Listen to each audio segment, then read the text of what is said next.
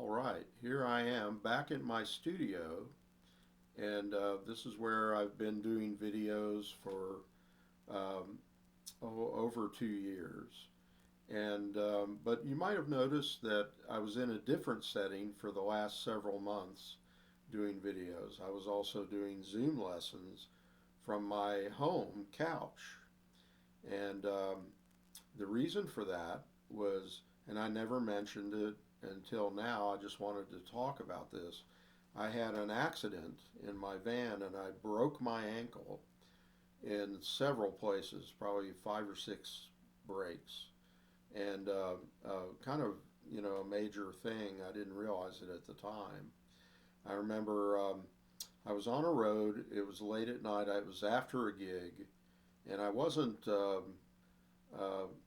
inebriated or anything like that. I'd had maybe a couple of beers over the course of 4 hours, and they were draft beers, and it wasn't. I was not drunk or anything like that, but not intoxicated. But I was probably driving kind of sloppily, and maybe I was reaching for something. I can't remember for sure. But then I suddenly was in this ditch because this particular road had no curbs, and some of the shoulder was level with the road, but some of it dropped off into a ditch. And mine dropped off. I have a big church van, or had one, and there was a golf course also um, right around where the shoulder of the road was. And so I thought I'll turn into the fence of the golf course and maybe it'll, you know, be a, I won't hit anything major, but the ditch was so deep and my wheel was right in there. I was going maybe 30, maybe 35. I'm not sure how fast I was going, but it wasn't real fast. But it wasn't, it was fast enough to where when I hit this really hard tree, the impact, um, I mean, it busted my windshield. My windshield caved in. It wasn't like all these bits of glass. It was all kind of like a crumbling, caving in. And I could smell antifreeze dripping, so I knew it probably, um, you know, crashed into my radiator. I had no idea how terrible the van was damaged until I saw a picture of it later when my stepson took a picture. and But anyway, I suddenly came to a halt at a tree, and I, I couldn't get out of the van. I was My phone dropped into the floor, and I couldn't really reach it. I felt a stinging in my ankle, and I mean, it wasn't excruciating pain, but it was a very stinging kind of pain. And and I tried to open the door, and I could not open the door. The door was, I guess, bent in a way that it just wouldn't open. And so somebody across the street had called 911, and they sent an ambulance, and I think they were there within 10 minutes. They took me to a hospital, and I remember, um, now this was the University of Kentucky Hospital, I guess the orthopedics, well, it was probably the emergency area, and they took x-rays. That was probably the most painful thing because they had to turn my leg different ways to take the x-rays, and it was like, oh, mostly it was fear of pain. I really didn't feel like horrible pain. But one of the younger assistants, or maybe a student, because it's kind of a hospital that invites has a lot of students learning, along with the seasoned doctors and surgeons. And the student, I'm pretty sure he was a student. He was a young guy. Um, he was looking at my X-rays, and um, I I said, "Can you tell me how many breaks there are in my, how many breaks you see in my ankle?" And he counted about 12.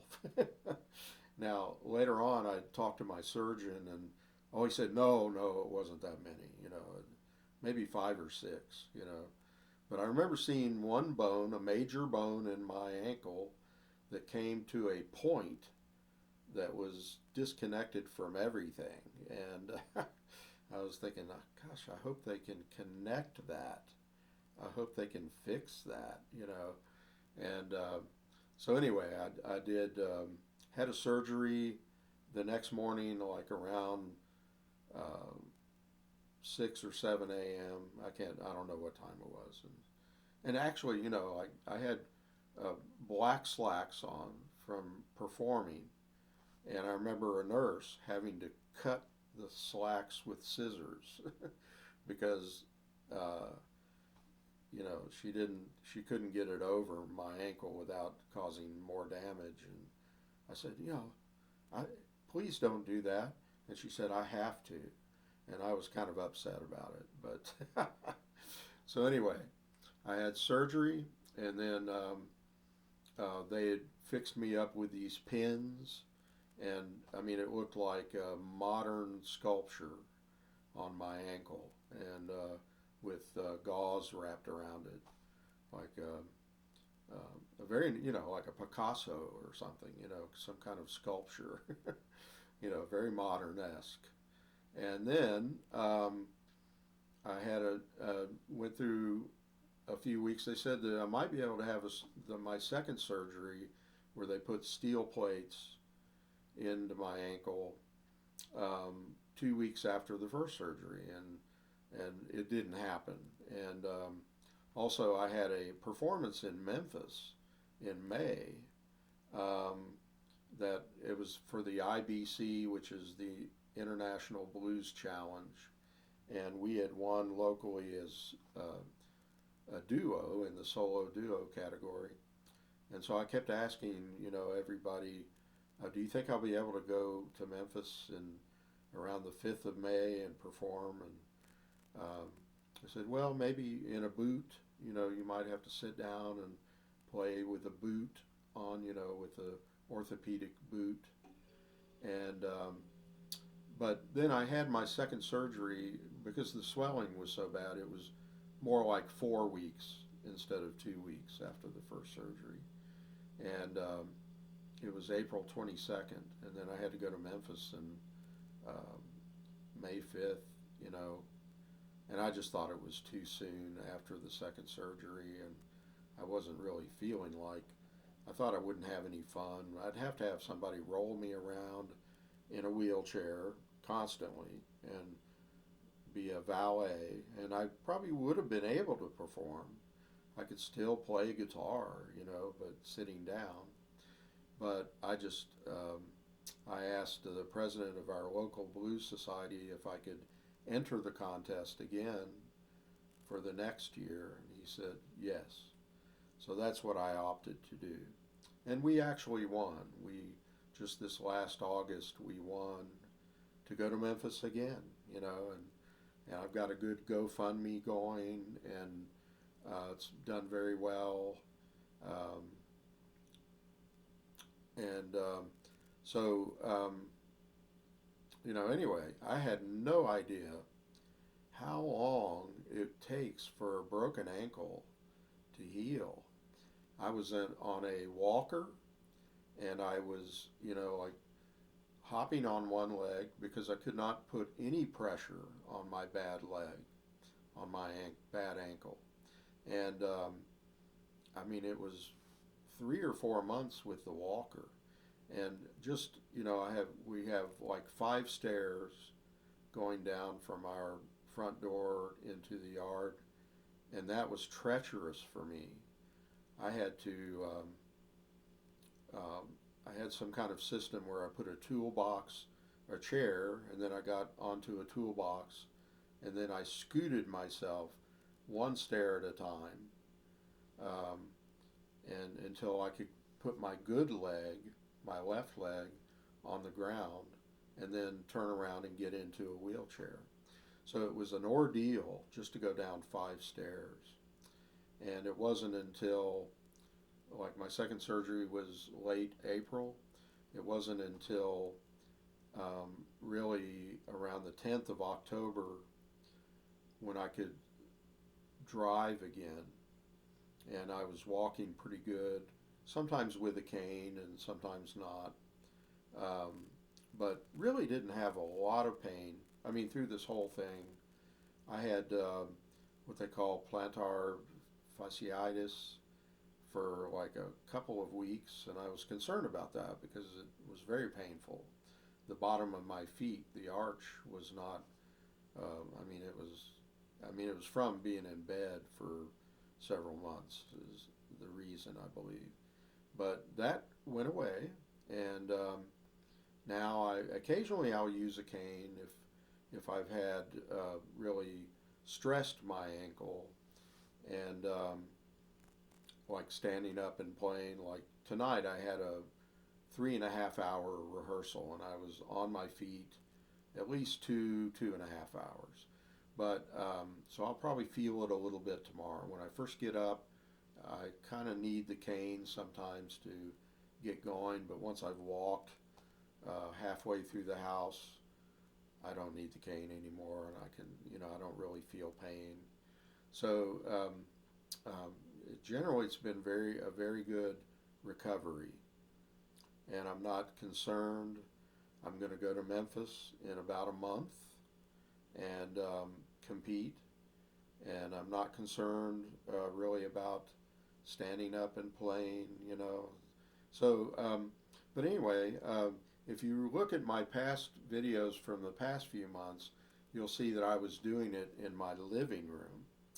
And that's the reason. I just wanted to talk about that a little bit and um, let you know why, I wasn't at my studio. I could, to get into my studio, it's on the second floor of an office building, and there are 16 stairs. So, for a long time, I could not even come up here. And I can't remember the date when I first climbed the stairs. It was like a revelation. It was like, oh my gosh, and you don't realize. I mean, you take things for granted, like walking and jumping and running, and when you can't do it, you really realize how much you've taken it all for granted. And like I say, I've been very fortunate, and I'm glad to be back here. Okay, so you can expect, I believe, all my videos from now on to be up here in my studio, which is a nice little backdrop. I've got my El Capitan guitar right here, and I've got my Dillion guitar, which I teach with a lot. So again, hope you. I just wanted to explain, and I don't really talk about myself personally very much, but that's what's been happening with me. So I'm back in action, and actually I never was not in action because I was doing uh, videos at home, teaching Zoom lessons at home. All my students uh, pretty much stayed with me. A few dropped out for various reasons, but I acquired a few more students. So doing pretty well, and now I'm teaching back in this studio again. So really happy to be here. If you like this channel, please subscribe. I need to promote it, and also look for John Hedger Guitar Studio on Facebook and Instagram. All right, thanks so much.